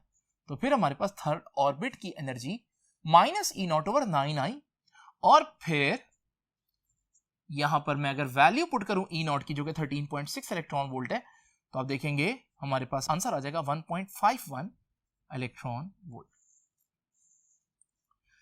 स्टूडेंट्स ये वैल्यूज जो है मैंने आप लोगों के सामने निकाली कि फर्स्ट ऑर्बिट की माइनस 13.6 इलेक्ट्रॉन वोल्ट है, यानी कि इलेक्ट्रॉन अगर फर्स्ट ऑर्बिट में यहां पर मौजूद है तो यहां पर इलेक्ट्रॉन की एनर्जी माइनस 13.6 इलेक्ट्रॉन वोल्ट होगी। इसी तरह अगर इलेक्ट्रॉन जो है वो सेकंड ऑर्बिट पर है तो उसकी माइनस 3.4 इलेक्ट्रॉन वोल्ट होगी, और थर्ड ऑर्बिट पर आप देखेंगे इलेक्ट्रॉन की एनर्जी माइनस 1.51 इलेक्ट्रॉन वोल्ट होगी। स्टूडेंट्स अब अगर एक इलेक्ट्रॉन बहुत दूर हो न्यूक्लियस से यानी इंफिनिटी पर हो, उसकी एनर्जी कितनी होगी, आइए ये भी कैलकुलेट कर लेते हैं। तो इंफिनिटी पे अगर आप एनर्जी निकालना चाहते हैं तो आपको इंफिनिटी वैल्यू पुट करनी पड़ेगी एन की। तो जब मैं इधर इंफिनिटी पुट करूंगा तो इनफाइनाइट ऑर्बिट यानी बहुत दूर कोई ऑर्बिट हो तो उसके फार्मूला बनेगा minus E not over N का स्क्वायर, और एन क्या है इंफिनिटी। अब आपको मालूम है इंफिनिटी का स्क्वायर भी इंफिनिटी ही होता है, ठीक है जी, and anything divided by infinity is 0। तो हमारे पास इंफिनिटी पर जो एनर्जी आ रही है वो 0 आएगी। अब स्टूडेंट्स ये सारी वैल्यूज आप लोगों ने देख ली, इंफिनिटी की एनर्जी जो 0 है वो भी मैं आप लोगों के सामने यहां पर मेंशन कर रहा हूं। अब स्टूडेंट्स जरा गौर से अगर आप लोग देखें तो आप लोगों को यहां पर ये मैंने एटम बनाकर दिखाया। अगर ये सारी एनर्जीज मैं आप लोगों के सामने ग्राफ पे ड्रॉ करना चाहूं तो मैं क्या करूंगा कि यहां पर आपके सामने एक ग्राफ ड्रॉ करता हूं जिसपे मैं वाई एक्सिस में एनर्जीज लूंगा। अब आप लोग जानते हैं कि जो पहला ऑर्बिट है उसकी एनर्जी जो है वो -13.6 इलेक्ट्रॉन वोल्ट है। तो मैं ग्राफ के ऊपर -13.6 इलेक्ट्रॉन वोल्ट प्लॉट कर देता हूं। फिर इसी तरह से आप लोग जानते हैं जो दूसरा ऑर्बिट है उसकी एनर्जी -3.4 है। तो मैं ग्राफ के ऊपर -3.4 पर एक लाइन ड्रॉ कर देता हूं। फिर आप लोग जानते हैं कि जो थर्ड ऑर्बिट है वो -1.51 है। तो मैं वहां पर एक लाइन ड्रॉ कर देता हूं। और फिर इसी तरह से आप लोग जानते हैं कि फोर्थ ऑर्बिट जो है वो -0.85 होगा। तो मैं ग्राफ के ऊपर -0.85 प्लॉट कर देता हूं। और इसी तरह से आप लोग जानते हैं कि इंफिनिटी जो है उसका एनर्जी 0 होती है। तो मैं यहां पर ग्राफ के ऊपर इंफिनिटी को 0 से रिप्रेजेंट कर देता हूं। अगर आप गौर से देखें स्टूडेंट, असल पिक्चर एटम की और ग्राफ में फर्क यह है, ग्राफ के ऊपर मैं एनर्जी वाइज सारी चीजों को बना रहा हूं। तो अगर आप गौर करें तो आप लोगों को पता चलेगा हालांकि first two orbits closest orbit हैं। अगर हम फिजिकल गैप की बात करें, उनके दरमियान फासले की बात करें एटम्स के अंदर, रियल एटम्स के अंदर, तो पहले दो ऑर्बिट्स बिल्कुल करीब करीब होते हैं। लेकिन एनर्जी डायग्राम देखकर हमें पता चल रहा है कि अगर एनर्जी वाइज हम देखें तो हमें पता चलता है फर्स्ट टू ऑर्बिट्स में एनर्जी गैप बहुत ज्यादा है। यानी कि दिखने में दो ऑर्बिट्स करीब करीब नजर आ रहे हैं लेकिन इनके दरमियान जो एनर्जी का गैप है वो बहुत ज्यादा है। इसी तरह से अगर आप गौर करें दूसरे और तीसरे ऑर्बिट में फासला थोड़ा सा बढ़ गया, लेकिन अगर आप एनर्जी डायग्राम देखें तो आपको पता चलेगा कि एनर्जीज दूसरे और तीसरे की थोड़ी थोड़ी करीब आ गई हैं। इसी तरह से तीसरे और चौथे को अगर आप ऑर्बिट देखें तो आप देखेंगे फासला और बढ़ गया उनके दरमियान। लेकिन अगर आप एनर्जी के लिहाज से देखें तो आपको पता चलेगा कि तीसरे और चौथे में एनर्जी का गैप और कम हो गया। ये एक बात बड़ी इंपॉर्टेंट है और वो ये है कि एनर्जी का गैप और ऑर्बिट्स का फिजिकल गैप बिल्कुल एक दूसरे के ऑपोजिट चल रहे हैं। जैसे शुरू के ऑर्बिट्स में फासला बहुत कम है लेकिन एनर्जी का डिफरेंस बहुत ज्यादा है, और जैसे जैसे हम दूर जा रहे हैं जो ऑर्बिट्स है उनके दरमियान फासला तो बढ़ता जा रहा है लेकिन उनके दरमियान एनर्जीज कम होती जा रही हैं। ये मैंने लास्ट पॉइंट लिखा, energy gap and physical gap is exactly opposite to each other. यहां फिजिकल गैप आएगा यानी उनके दरमियान जो फासला है और उनके दरमियान जो एनर्जी का गैप है उनका एक दूसरे के साथ इनवर्स रिलेशन बन रहा है। तो एक पॉइंट ये मैंने आप लोगों के साथ डिस्कस कर लिया, ये इंपॉर्टेंट कंक्लूजन है। अब स्टूडेंट्स अगर आप गौर से देखें तो यही वो ग्राफ है जो मैंने आप लोगों के सामने यहां पर भी प्लॉट कर दिया। अब यहां पर अगर आप गौर से देखें तो सबसे पहली बात जो हमें नजर आ रही है वो ये है कि इलेक्ट्रॉन के पास कुछ खास एनर्जीज हो सकती हैं, सारी एनर्जीज नहीं हो सकती। जैसे हाइड्रोजन का जो इलेक्ट्रॉन है उसकी फर्स्ट ऑर्बिट में ये एनर्जी हो सकती है, या फिर वो जब सेकंड में जाएगा तो ये एनर्जी होगी, दरमियान वाली वैल्यूज उसके पास नहीं हो सकती। इसी तरह अगर ये एनर्जी है तो उसके बाद ये हो सकती है, दरमियान वाली वैल्यूज नहीं हो सकती। यानी कि कुछ वैल्यूज ही उसके पास हो सकती हैं और इसी को हम कहते हैं कि एनर्जी क्या है, इलेक्ट्रॉन की एनर्जी क्वांटाइज्ड है। फर्स्ट ऑर्बिट पर उसकी एनर्जी -E0 थी जिसकी वैल्यू ये बनती है, सेकंड पर -E0 डिवाइडेड बाय 4 थी जिसकी वैल्यू ये बनती है, फिर -E0/9 जिसकी वैल्यू ये बनती है, -E0/16 जिसकी वैल्यू ये बनती है। यानी कि उसके पास ये वैल्यूज हैं एनर्जी की, इसके अलावा कोई वैल्यू उसके पास नहीं हो सकती। या यूं हम कह सकते हैं या ये वैल्यू हो सकती है ये या ये, इसके दरमियान वाली एनर्जीज इलेक्ट्रॉन नहीं ले सकता। अब स्टूडेंट्स एनर्जी तो क्वांटाइज्ड हो गई, ये बात भी मैंने आपको समझा दी। अब आपने एक और बात नोट की और वो ये है कि हर ऑर्बिट की एनर्जी नेगेटिव है। ठीक है जी, एनर्जी हर ऑर्बिट की नेगेटिव है। तो energy is negative for all orbits. इसका मतलब क्या है? इसका मतलब ये है कि इलेक्ट्रॉन जब न्यूक्लियस के गिर्द होगा, करीब होगा, तो वो खुद ब खुद आजाद नहीं हो सकता, बल्कि क्योंकि वो अट्रैक्टिव फोर्स से बंधा हुआ है तो उसको आजाद करवाने के लिए आपको हमेशा फोर्स लगानी पड़ेगी। जब कोई चीज खुद ब खुद आजाद ना हो तो हम क्या कहते हैं? हम कहते हैं कि उसकी एनर्जी नेगेटिव है। तो इसका मतलब जब हम कहते हैं ना इलेक्ट्रॉन के पास इतनी एनर्जी है, एक्चुअली में ये है नहीं, ये हम गलत कह रहे होते हैं। जब हम कहते हैं इलेक्ट्रॉन की एनर्जी -13.6 है, इसका यह मतलब नहीं कि उसके पास ये एनर्जी है, बल्कि इसका यह मतलब है कि उसको आजाद होने के लिए इतनी एनर्जी की कमी का सामना है। इतनी एनर्जी आप उसको देंगे, प्रोवाइड करेंगे तो वो आजाद होगा। अच्छा जी स्टूडेंट्स, उसके बाद देखिए एनर्जी मिनिमम कहां है। अगर आप वैल्यूज को देखें तो आपको लग रहा है कि यार यहाँ 0.85 है, ये 1.51 है, ये 3.4 है, ये 13.6 है, सबसे ज्यादा वैल्यू तो ये है। तो बजाहिर ऐसा लग रहा है कि हमारे पास फर्स्ट ऑर्बिट पर एनर्जी सबसे ज्यादा है। लेकिन मैंने आपको बताया एनर्जी नेगेटिव आ रहा है, इसका ये मतलब नहीं कि इलेक्ट्रॉन के पास ये एनर्जी है, बल्कि नेगेटिव ये बता रहा है कि इलेक्ट्रॉन के पास इतनी एनर्जी की कमी है आजाद होने के लिए। यानी इसको आजाद होने के लिए सिर्फ इतनी एनर्जी की कमी है 0.85, लेकिन इसको आजाद होने के लिए 13.6 की कमी का सामना करना पड़ रहा है। इसका मतलब अगर हम देखें तो सबसे कम एनर्जी किसके पास हुई, इसके पास। वैल्यू को ना देखें, वैल्यू के साथ नेगेटिव साइन देखें, वो क्या मतलब बता रहा है। आप इसको यूं भी इमेजिन कर सकते हैं जैसे दो शख्स हैं, एक के पास बैलेंस है 400 रुपीज और दूसरे का बैलेंस है 600 रुपीज। मैं आपसे पूछता हूं कि इनमें से कौन सा शख्स जो है वो ज्यादा खुश है, ज्यादा वो बेनिफिट में है, ज्यादा फायदे में है, तो आप फौरन कहेंगे सर 600 रुपीज वाला। लेकिन अगर मैं दोनों के साथ नेगेटिव का साइन लगा दूं, अब नेगेटिव ये बता रहा है कि इनके पास इतना पैसा है नहीं, बल्कि इन्होंने इतना उधार देना है। अब मैं आपसे पूछूं कि इनमें से कौन ज्यादा बेनिफिट में है, तो आप कहेंगे सर वो जो नेगेटिव 400 रुपीज वाला है वो ज्यादा फायदे में, क्योंकि उसने उधार देना है लेकिन सिर्फ 400। और इस हिसाब से अगर हम देखें कि हमारे पास जो दूसरा शख्स है कहने को तो उसकी वैल्यू 600 रुपीज है, लेकिन नेगेटिव में 600 है, इसका मतलब है उसने 600 रुपया उधार देना है। तो इसका मतलब यहां पर आप किसको ज्यादा अच्छा करार देंगे, जिसके पास -400। तो नेगेटिव में आंसर जितना कम हो उतना बेहतर होता है, उतनी वो बड़ी वैल्यू होती है। यहां पर भी ऐसा है। तो नेगेटिव में जितना ज्यादा है इसका मतलब इतना ज्यादा इलेक्ट्रॉन पर उधार है, इतनी ज्यादा उसको एनर्जी चाहिए निकलने के लिए, बुरी तरह फंसा हुआ है क्योंकि न्यूक्लियस के करीब है। और अगर हम देखें वैल्यू थोड़ी है, लेकिन ये वो वैल्यू है जो उसको आजाद होने के लिए चाहिए, तो ये तो थोड़ी सी वैल्यू है, इसका मतलब वो इजीली निकल सकता है, ये ज्यादा फायदे में। इसकी एनर्जी ज्यादा है, इसकी एनर्जी कम है। तो अगर हम देखें कि नेगेटिव में जितनी वैल्यू ज्यादा होगी उतनी एनर्जी कम होगी, जितनी वैल्यू ज्यादा होगी उतनी एनर्जी ज्यादा नहीं होगी बल्कि उतनी एनर्जी कम होगी, क्योंकि नेगेटिव का साइन आ गया। तो फिर फर्स्ट ऑर्बिट जो है इसकी एनर्जी सबसे कम होगी।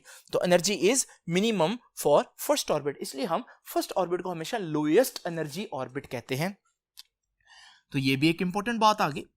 उसके बाद याद रखिएगा स्टूडेंट्स, अगर हम बात करें एनर्जी मैक्सिमम कहां होगी, तो देखें एनर्जी मैक्सिमम कहां पर होगी। अगर यहां पर हमारे पास नेगेटिव है, इसका मतलब इसको आजाद होने के लिए इतनी एनर्जी चाहिए, इसको आजाद होने के लिए इतनी एनर्जी चाहिए, यहां पर आजाद होने के लिए इतनी एनर्जी चाहिए। लेकिन अगर हम इन्फिनिटी पर देखें तो एनर्जी जीरो है।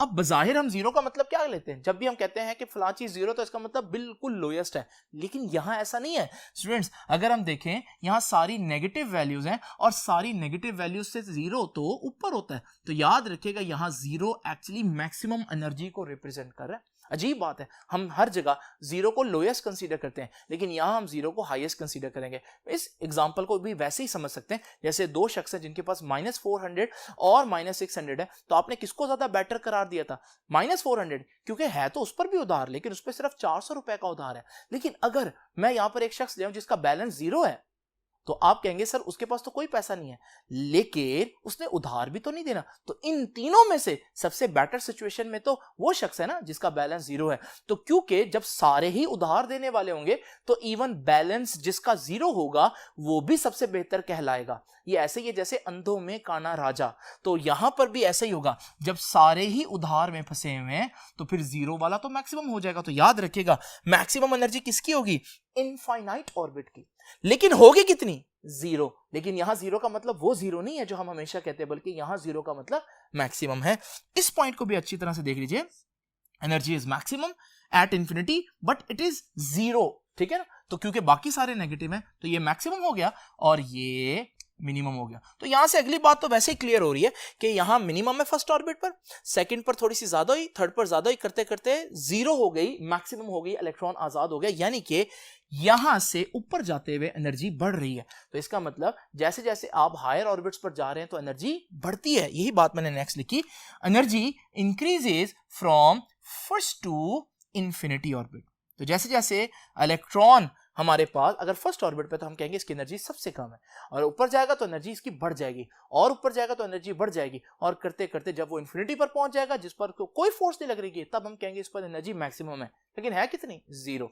नाउ स्टूडेंट्स, आखिरी चीज हमारे पास ऊपर जाते हुए एनर्जी तो बढ़ रही है, लेकिन एनर्जी का गैप देखें तो वो कम हो रहा है। पहले दो ऑर्बिट्स के दरमियान एनर्जी का इतना ज्यादा गैप है, तकरीबन 10 के करीब बन रहा है, ठीक है। लेकिन अगले दो ऑर्बिट्स के दरमियान एनर्जी का गैप कम हो गया, और अगले दो ऑर्बिट्स के दरमियान एनर्जी का गैप और कम हो गया। तो एनर्जी ऊपर जाते हुए बढ़ रही है, लेकिन एनर्जी का गैप या डिफरेंस जो है वो ऊपर जाते हुए कम हो रहा है। तो ये भी बड़ी इंपॉर्टेंट बात है कि energy difference decreases from first to infinity. Energy first से इंफिनिटी बढ़ रही है, लेकिन एनर्जी का जो डिफरेंस है वो फर्स्ट से इंफिनिटी कम हो रहा है। तो स्टूडेंट्स, ये वो सारी बातें हैं जो आप लोगों ने याद रखनी है। तो ये आप लोगों को समझ में आ गया होगा कि इलेक्ट्रॉन की नेगेटिव एनर्जी का क्या मतलब है। अब स्टूडेंट्स, दो टर्म्स आपकी बुक ने डिस्कस की हैं, आयोनाइजेशन एनर्जी और आयोनाइजेशन पोटेंशियल। ये दोनों चीजें क्या है, बड़ी आसान सी बात है, इनको डिस्कस करते हैं और फिर लेक्चर को खत्म करते हैं। स्टूडेंट्स, आयोनाइजेशन एनर्जी को समझने से पहले हमें देखना पड़ेगा कि आयोनाइजेशन क्या होती है। स्टूडेंट्स, आप लोग जानते हैं कि न्यूक्लियस से बहुत दूर अगर हम इन्फिनिटी पर देखें तो एक इलेक्ट्रॉन जो है वो न्यूक्लियस की फोर्स फील नहीं करता। इस हालत में हम कहते हैं कि इलेक्ट्रॉन इस वक्त आज़ाद है, वो बाउंड टू द न्यूक्लियस नहीं है। लेकिन हम एनर्जी की टर्म्स में कहते हैं कि इस इलेक्ट्रॉन की एनर्जी जीरो है। फ्रीडम एक अच्छी चीज है, आजाद हर शख्स होना चाहता है, हर चीज होनी चाहती है। तो हर इलेक्ट्रॉन की ख्वाहिश क्या है, हर इलेक्ट्रॉन की ख्वाहिश यह है कि उसकी एनर्जी जीरो हो जाए, आसान अल्फाज में वो आजाद हो जाए। नाउ स्टूडेंट्स, अगर मैं इस इलेक्ट्रॉन की बात करूं जो न्यूक्लियस के करीब है, तो वो तो न्यूक्लियस की फोर्स की वजह से बाउंड है न्यूक्लियस के गिर्द रिवॉल्व करने में। अब स्टूडेंट्स, अगर मैं इस इलेक्ट्रॉन को यहां से उठाकर इंफिनिटी पर लेकर जाऊं, यानी आजाद करवाने की कोशिश करूं, तो इस दौरान मुझे बहुत ज्यादा एनर्जी देनी पड़ेगी। अब याद रखिएगा, अगर मैं ऐसा करूं तो इलेक्ट्रॉन तो आजाद हो जाएगा, लेकिन जो एटम है उसमें इलेक्ट्रॉन की कमी की वजह से एटम पर पॉजिटिव चार्ज आ जाएगा, यानी एटम बन गया पॉजिटिव आयन। क्योंकि इलेक्ट्रॉन को आजाद करवाने के दौरान एटम पॉजिटिव आयन बन गया, तो मैं इस प्रोसेस को कहता हूं कि ये प्रोसेस ऑफ आयोनाइजेशन है। यानी आयोनाइजेशन में अगर आप एटम को देखें तो एटम आयन बन रहा है, लेकिन मैं यूं भी एक्सप्लेन कर सकता हूं कि आयोनाइजेशन वो प्रोसेस है जिसमें आप एक इलेक्ट्रॉन को न्यूक्लियस की फोर्स से आजाद करवाकर इंफिनिटी पर ले जाते हैं। अब डेफिनेटली ऐसा करने के लिए हमें एनर्जी चाहिए, जैसे कि मैंने आप लोगों को बताया। तो आयोनाइजेशन में जो एनर्जी चाहिए होगी उसे हम कहेंगे आयोनाइजेशन एनर्जी। अब क्वेश्चन ये है कि वो कितनी होगी। देखें, अगर एक शख्स का बैलेंस -400 रुपीज है, इसका मतलब है उसने 400 रुपए देने हैं किसी के, तो वो फ्रीडम में तो नहीं है, वो आजाद नहीं है, वो कहीं जा नहीं सकता जब तक कि वो अपना कर्जा ना उतार दे। तो अगर आप उसको फ्रीडम में लाना चाहते हैं, उसको फ्री करना चाहते हैं, तो आप क्या करेंगे, आप चाहते हैं उसका बैलेंस जीरो हो जाए। अभी तो उसका बैलेंस -400 रुपीज है, तो आप उसको 400 रुपीज देंगे, प्लस 400 रुपीज जब उसको मिलेंगे तो वो अदा कर देगा जो उसने उधार देना, तो उसका बैलेंस जीरो हो जाएगा। यानी जितना वो नेगेटिव में, अगर आप उतना पॉजिटिव में दे दें तो उसका बैलेंस जीरो हो जाएगा और वो फ्रीडम में आ जाएगा, आजाद हो जाएगा। बिल्कुल इसी तरह से स्टूडेंट्स आप लोग जानते हैं कि फर्स्ट ऑर्बिट में मैंने अभी डिस्कस किया कि इलेक्ट्रॉन की एनर्जी जो है वो -E0 होती है। अगर उसके पास एनर्जी -E0 है, इसका मतलब यह है कि वो इस वक्त आजाद नहीं है, क्योंकि उसकी एनर्जी नेगेटिव है। आजाद कब होगा, जब इंफिनिटी पर चला जाएगा, दूसरे अल्फाज में जब उसकी एनर्जी जीरो हो जाएगी। तो अगर उसकी एनर्जी अभी -E0 है, तो उसकी एनर्जी जीरो करने के लिए मुझे उसको +E0 देनी पड़ेगी, तब जाकर वो जीरो पर आएगा। ये होगी उसकी आयोनाइजेशन एनर्जी, वो एनर्जी जिस पर वो आयोनाइज हो जाएगा। इसी तरह अगर एक इलेक्ट्रॉन सेकंड ऑर्बिट में मौजूद है, तो सेकंड ऑर्बिट में इलेक्ट्रॉन की एनर्जी मैंने अभी डिस्कस किया -E0/4 होती है। तो अगर मैं चाहता हूं कि वो फ्री हो जाए, उसमें आजादी आ जाए, यानी कि उसकी एनर्जी जीरो हो जाए, तो फिर मुझे इस ऑर्बिट में उसको +E0/4 एनर्जी देनी पड़ेगी, क्योंकि इससे उसका आंसर एनर्जी का जीरो हो जाएगा और वो इंफिनिटी पर चला जाएगा। और इसी तरह से थर्ड ऑर्बिट पर अगर उसकी एनर्जी -E0/9 है, तो फिर उसको आजाद करवाने के लिए मुझे +E0/9 देनी पड़ेगी और वो एनर्जी जीरो होने पर आजाद हो जाएगा। इसका मतलब जिस ऑर्बिट में जितनी एनर्जी नेगेटिव में होती है उतनी आप पॉजिटिव में दे दें, तो फिर वो हमारे पास आजाद हो जाएगा, यानी आयोनाइजेशन हो जाएगी। लेकिन आप लोग जानते हैं कि हमने बोहर में सिर्फ हाइड्रोजन एटम को डिस्कस करना है, और हाइड्रोजन का सिर्फ एक इलेक्ट्रॉन होता है, तो वो फर्स्ट ऑर्बिट में होगा, और फर्स्ट ऑर्बिट की एनर्जी -E0 होती है। तो इस सूरत में याद रखिएगा हमारे पास जब हम बोहर की बात करते हैं यानी हाइड्रोजन की बात करते हैं, तो हाइड्रोजन में क्योंकि पहले इलेक्ट्रॉन की ही बात करनी है, फर्स्ट ऑर्बिट की बात करनी है, तो फर्स्ट ऑर्बिट की आयनाइजेशन एनर्जी क्या होगी? जो फर्स्ट ऑर्बिट से इलेक्ट्रॉन को इंफिनिटी पर लेकर जाने के लिए एनर्जी चाहिए, फर्स्ट ऑर्बिट पर एनर्जी -E0 है, तो फिर मुझे जीरो करने के लिए एनर्जी कितनी एनर्जी देनी पड़ेगी? +E0। इस वजह से जब मैं आयनाइजेशन एनर्जी को आपकी बुक में डिफाइन करूंगा तो मैं फर्स्ट ऑर्बिट की ही बात करूंगा। तो देखिए, what is ionisation energy? Energy required to completely remove an electron from the first orbit. Now students, first orbit की एनर्जी हाइड्रोजन के केस में कितनी है? आयनाइजेशन एनर्जी वो E0 है, और वो है कितनी? +13.6 इलेक्ट्रॉन वोल्ट। ठीक है जी, ये फर्स्ट ऑर्बिट की एनर्जी नहीं है। फर्स्ट ऑर्बिट की एनर्जी -13.6 इलेक्ट्रॉन वोल्ट है। ये फर्स्ट ऑर्बिट से इलेक्ट्रॉन को निकालने की एनर्जी है, उतनी ही होगी, सिर्फ प्लस का साइन आ जाएगा। तो ये है फर्स्ट ऑर्बिट की आयोनाइजेशन एनर्जी। इसी तरह सेकंड थर्ड की भी होती है, लेकिन हाइड्रोजन के केस में डेफिनेटली इसको डिस्कस नहीं कर सकते। अब स्टूडेंट्स, आयोनाइजेशन पोटेंशियल क्या? आपने ये तो पूछा नहीं कि सर ये एनर्जी हम कैसे देंगे। डेफिनेटली ये एनर्जी देने के कई तरीके हैं। मिसाल के तौर पर एक फोटोन फेंक कर जिसकी एनर्जी +13.6 इलेक्ट्रॉन वोल्ट हो यानी +E0 हो, तो जब वो फर्स्ट ऑर्बिट के इलेक्ट्रॉन को जाकर एब्जॉर्ब होगा फोटोन, वो इंफिनिटी पर चला जाएगा। लेकिन हम ये एनर्जी जो है वो इलेक्ट्रॉन के जरिए भी दे सकते हैं। आप जानते हैं कि एक फास्ट मूविंग इलेक्ट्रॉन के पास बहुत ज्यादा किनेटिक एनर्जी है। अगर ये फास्ट मूविंग इलेक्ट्रॉन जो है वो इस इलेक्ट्रॉन से टकराए, तो जब वो इस इलेक्ट्रॉन से टकराएगा तो वो उसको अपनी एनर्जी प्रोवाइड करेगा, जिसकी वजह से वो इलेक्ट्रॉन जो है वो इंफिनिटी पर चला जाएगा। तो आयनाइजेशन करने का एक तरीका ये है कि आप एक फास्ट मूविंग इलेक्ट्रॉन, एक बड़ी तेजी से आने वाला इलेक्ट्रॉन जो है वो इस पर टकराएं। लेकिन आप सोचेंगे कि इस इलेक्ट्रॉन को तेज कैसे करें?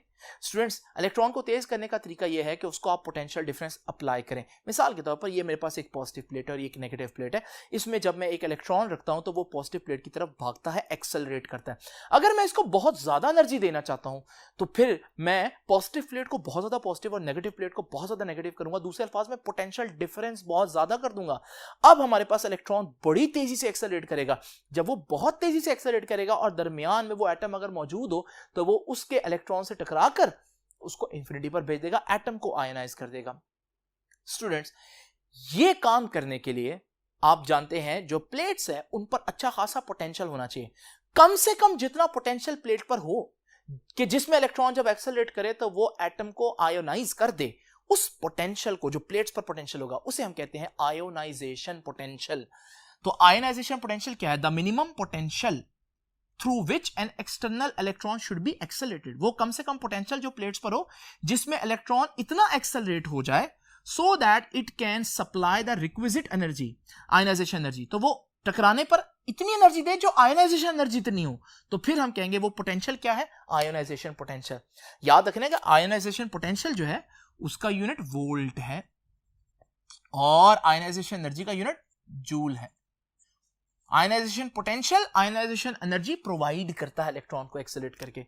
और स्टूडेंट्स, आप लोगों ने एक बात सोची होगी कि अगर हमारे पास प्लेट्स पर इतना चार्ज ना हो कि वो इलेक्ट्रॉन को इनफ एक्सेलरेट करे, तो फिर जब इलेक्ट्रॉन के पास बहुत एक्सेलरेशन नहीं होगा, तो जब वो उस इलेक्ट्रॉन से टकराएगा जिसको उसने नॉकआउट करना है, तो वो अब उसको आयनाइज नहीं कर पाएगा, लेकिन कुछ ना कुछ एनर्जी तो ट्रांसफर करेगा, जिसकी वजह से इलेक्ट्रॉन जो है वो कोई ना कोई हायर ऑर्बिट पर चला जाएगा। इस सूरत में हम ये तो नहीं कह सकते कि एटम जो है वो आयनाइज हो गया, लेकिन क्योंकि इलेक्ट्रॉन अपनी ग्राउंड स्टेट छोड़कर एक्साइटेड स्टेट में चला गया, एक हायर स्टेट में चला गया जहां उसकी एनर्जी बढ़ गई है, तो हम कहेंगे कि ये अब एक्साइट हो गया। उस वक्त प्लेट का जितना पोटेंशियल है वो आयोनाइजेशन पोटेंशियल तो नहीं कहला सकता, लेकिन उसको हम एक्साइटेशन पोटेंशियल जरूर कह सकते हैं। तो एक्साइटेशन पोटेंशियल वो पोटेंशियल है जिससे इलेक्ट्रॉन को अगर एक्सेलरेट करें तो वो इलेक्ट्रॉन को हिट करने के बाद आयोनाइज तो ना कर सके, इंफिनिटी पर तो ना भेज सके, लेकिन किसी हायर ऑर्बिट पर भेज दे, यानी एटम को एक्साइट कर दे। एक्साइटेशन पोटेंशियल का भी थोड़ा सा जिक्र आपकी बुक ने बिल्कुल एंड पर किया। यह था स्टूडेंट हमारा आज का लेक्चर। इस लेक्चर में बहुत सी चीजें हैं जो आप लोगों को ऑब्जेक्टिव में पूछी जा सकती हैं। आपसे अब इंशाल्लाह मुलाकात होगी नेक्स्ट लेक्चर में। तब तक के लिए अल्लाह हाफिज।